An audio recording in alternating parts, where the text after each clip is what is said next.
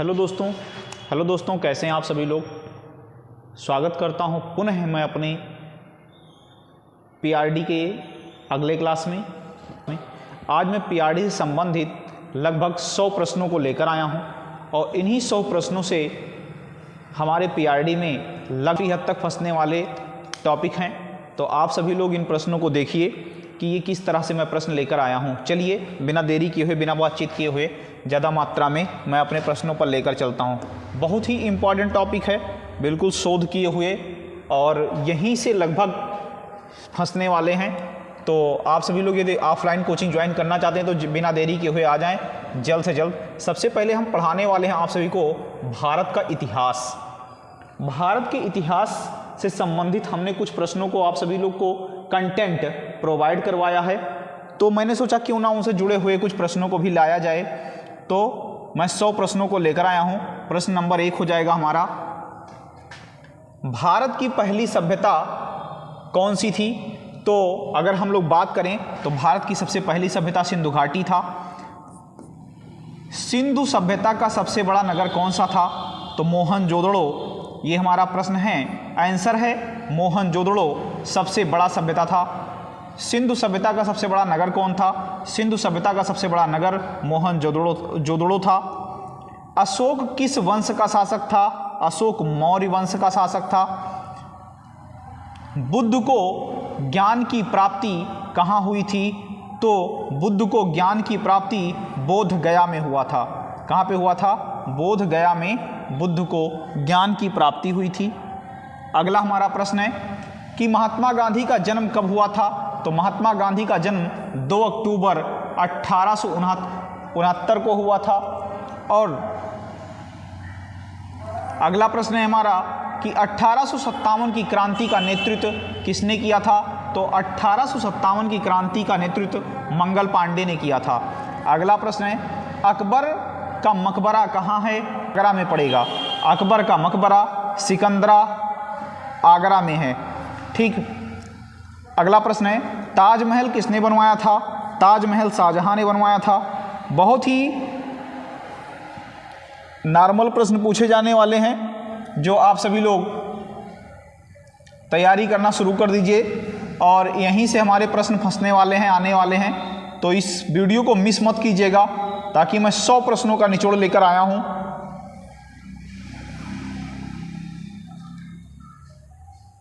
अगला प्रश्न है कि ताजमहल किसने बनवाया था, ताजमहल शाहजहां ने बनवाया था। भारत छोड़ो आंदोलन कब हुआ, 1942 में भारत छोड़ो आंदोलन शुरू हुआ था। ठीक, 1942 में भारत छोड़ो आंदोलन प्रारंभ किया गया था, यानी कि इसका नारा लगाया गया था भारत छोड़ो आंदोलन का 1942 में। अगला प्रश्न है कि प्रथम स्वतंत्रता संग्राम किसे कहा जाता है, प्रथम स्वतंत्रता संग्राम किसे कहा जाता है। तो अगर हम बात करें तो ये प्रथम स्वतंत्रता संग्राम किसे कहा जाता है, तो प्रथम स्वतंत्रता संग्राम 1857 की क्रांति, ये भारतीय भूगोल है ना। और अगला प्रश्न है हमारा किसे कहा जाता है, यहां पे होगा प्रथम स्वतंत्रता संग्राम कब और कहां हुआ था, है ना। कब और कहां हुआ था, तो ये हो जाएगा 1857 की क्रांति और भारतीय भूगोल। अगला प्रश्न है भारत की सबसे लंबी नदी कौन सी है, गंगा नदी सबसे लंबी है। भारत का सबसे बड़ा राज्य क्षेत्रफल कौन सा है, तो ये राजस्थान पड़ेगा। अगला प्रश्न है भारत की राजधानी कहाँ है, तो क्या है या कहाँ, यहाँ कहाँ होना चाहिए कि भारत की राजधानी कहाँ है, तो भारत की राजधानी नई दिल्ली है। गंगा नदी का उद्गम स्थल कहाँ है, तो गंगोत्री गंगा नदी का उद्गम स्थल है। ठीक, 100 प्रश्न है इसलिए थोड़ा स्पीड में सॉल्व करना होगा। अगला हमारा प्रश्न है कि भारत का सबसे ऊंचा पर्वत शिखर कौन सा है, कंचनजंगा, ये भारत का सबसे ऊंचा पर्वत शिखर है। थार मरुस्थल किस राज्य में है, तो राजस्थान में थार मरुस्थल है। अगला प्रश्न हमारा हो जाएगा कि भारत का सबसे बड़ा डेल्टा कौन सा है, तो सुंदरवन डेल्टा है। भारत में कुल कितने राज्य हैं? तो भारत में कुल 28 राज्य हैं। भारत का सबसे छोटा राज्य कौन सा है? गोवा। गोवा सबसे छोटा राज्य है भारत का। ये सीटेट में भी पूछे जाते हैं, ठीक, सीटेट वालों के लिए भी इंपॉर्टेंट है। अगला प्रश्न हमारा है कि बंगाल की खाड़ी किस महासागर का भाग है? तो आइए हम देखते हैं कि बंगाल की खाड़ी किस महासागर का भाग है। तो अगर हम बात कर लें कि बंगाल की खाड़ी किस महासागर का भाग है, तो बंगाल की खाड़ी हिंद महासागर का भाग है। किसका है? हिंद महासागर का। अगला प्रश्न जाएगा, भारतीय संविधान व राजनीति, है ना, ये यहाँ से हमारा प्रश्न अब बनेगा आएगा कि भारतीय संविधान और राजनीति से हम लोग पढ़ते हैं कि भारत का संविधान कब लागू हुआ। भारत का संविधान 26 जनवरी 1950 में लागू हुआ था। भारत के प्रथम राष्ट्रपति कौन थे? तो भारत के प्रथम राष्ट्रपति डॉक्टर राजेंद्र प्रसाद जी थे। दूसरा प्रश्न है, भारत का संविधान के निर्माता कौन हैं? तो भारत के संविधान के निर्माता डॉक्टर बी.आर. अम्बेडकर, भीमराव अम्बेडकर जी हैं। अगला प्रश्न है, लोकसभा के सदस्य कितने वर्षों के लिए चुने जाते हैं? तो लोकसभा के सदस्य 5 वर्षों के लिए चुने जाते हैं। अगला प्रश्न है, राज्यसभा अस्थाई सदन सही या गलत है? सही है, राज्यसभा अस्थाई सदन है। अगला प्रश्न हमारा है,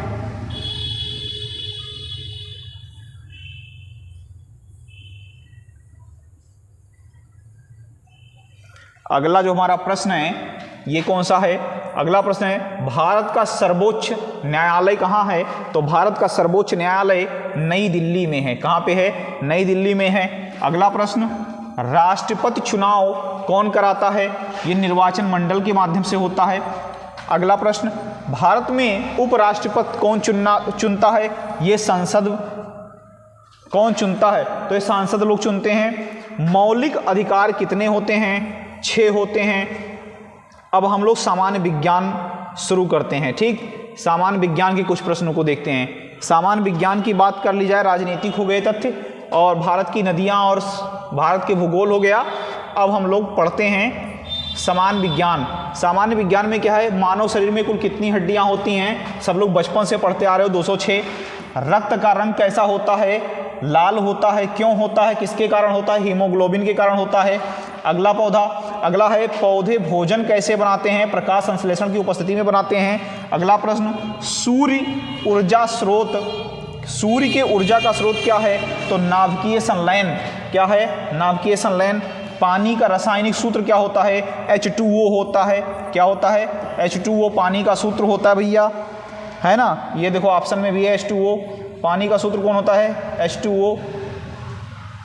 अगला प्रश्न हमारा है कि सबसे हल्की गैस कौन सी होती है? हाइड्रोजन। हाइड्रोजन गैस सबसे हल्की होती है। मानव शरीर का सबसे बड़ा अंग कौन सा होता है? त्वचा मानव शरीर का सबसे बड़ा अंग होता है। विटामिन सी की कमी से कौन सा रोग होता है? स्कर्वी विटामिन सी की कमी से होता है। अगला है प्रश्न, रक्तचाप मापने का कौन यंत्र क्या है? रक्तचाप मापने का यंत्र जो होता है ये होता है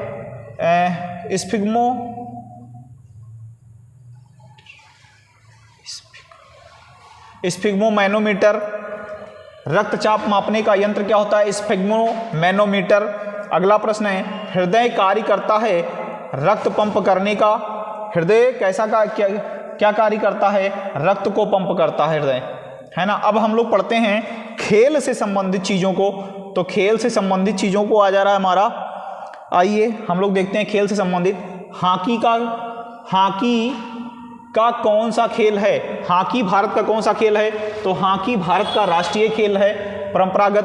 क्रिकेट का जनक कौन सा देश है? तो क्रिकेट का जनक इंग्लैंड है। अगला प्रश्न है, ओलंपिक खेल कितने वर्ष में होते हैं? 4 वर्षों में ओलंपिक खेल होते हैं। बैडमिंटन के मशहूर खिलाड़ी पी.वी. सिंधु किस देश के रहने वाले हैं? हमारे भारत के रहने वाले हैं। फीफा विश्व कप किस खेल से संबंधित है? फुटबॉल से संबंधित फीफा विश्व कप है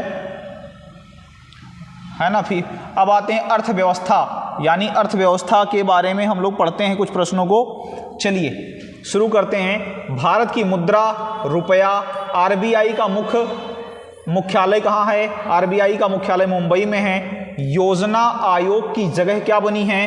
नीति आयोग। भारत का पहला बजट किसने पेश किया था? तो भारत का पहला बजट आर.के. शनमुखम चेट्टी ने किया था।